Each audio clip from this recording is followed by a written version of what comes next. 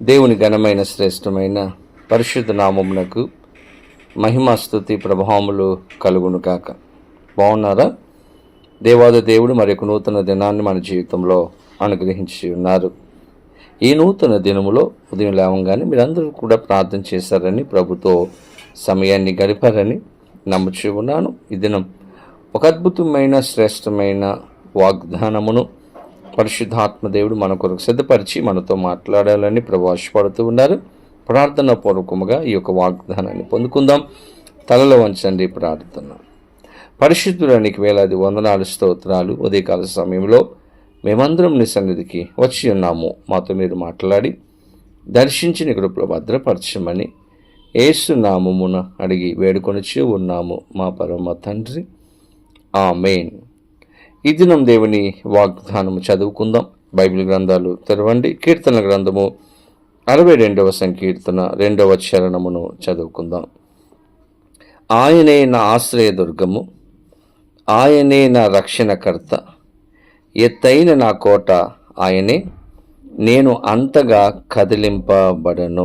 దేవుని స్తోత్రం. చక్కని వాగ్దానం అండి. భక్తుడు ఇక్కడ తెలియచేస్తూ ఉన్నాడు, నేను అంతగా కదిలింపబడను. ఎందుకంటే దేవుడే అతనికి ఆశ్రయదుర్గము, కోట, రక్షించేవాడు, కాపాడేవాడుగా దేవుడు ఉంటున్నాడు. కాబట్టి భక్తుడు అంటూ ఉన్నాడు, ఎన్నో సమస్యలు రావచ్చు, కష్టాలు రావచ్చు, ఎన్నో ఇబ్బందులు నా జీవితంలో రావచ్చు, కానీ నేను అంతగా కదిలింపబడను. ఎందుకంటే దేవాది దేవుడు మన చుట్టూ కూడా తన యొక్క కంచి వేస్తాడు. ఏ యొక్క ఆపదలు వచ్చినప్పటికీ కూడా కాపాడే దేవుడుగా ఆయన ఉంటాడు. కాబట్టి మన జీవితంలో ఏ శోధన వచ్చినా, ఏ కష్టం వచ్చినా భయపడకండి, అధైర్యం చెందకండి. ఎందుకంటే మన ఆశ్రయదుర్గము, మన కోట, మనకు సహాయం చేసే గొప్ప దేవుడు. బైబిల్ గ్రంథంలో ఎంతోమందికి దేవుడు సహాయం చేశాడు. యోబు జీవితంలో ఎన్నో శ్రమలు వచ్చినాయి.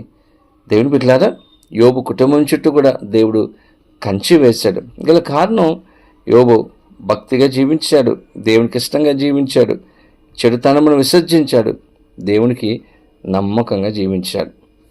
దానియేలు, షద్రక్, మేషక్, అబేద్నెగోల జీవితంలో కూడా దేవుడు కంచి వేశాడండి.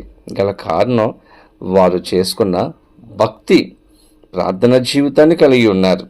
ఈరోజు మనము కూడా భక్తి కలిగి విశ్వాసముతో మన ఆత్మీయ జీవితంలో స్థిరముగా మనము నిలబడినప్పుడు, దేవుడు ఆశించినట్లుగా ఈ లోకంలో మనం జీవించినప్పుడు కష్టాలు రావచ్చు, శ్రమలు రావచ్చు, మనము అంతగా కదిలింపబడము. ప్రతి విషయాలలో దేవుడు మనకు సహాయము చేస్తాడు. అటువంటి కృపా సహాయములు పరిశుద్ధాత్మ దేవుడు ఈ వాగ్దానం వింటున్న ప్రతి ఒక్కరికి అనుగ్రహించునుగాక. ఆమేన్. ప్రార్థన. పరిశుద్ధుడానికి వేలాది వందనాలు, స్తోత్రాలు. ఉదయకాల సమయంలో మేమందరం నీ సన్నిధికి వచ్చి ఉన్నాము. శ్రేష్టమైన వాగ్దానం ఇచ్చారు ప్రభువా.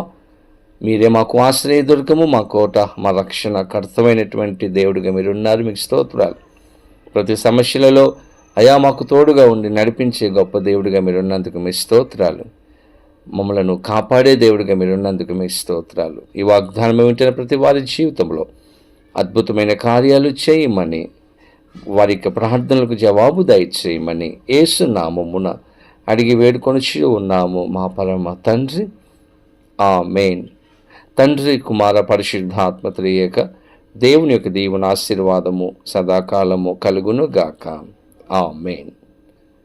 దేవుడు మిమ్మలను దీవించును గాక. ఆమేన్. God bless you.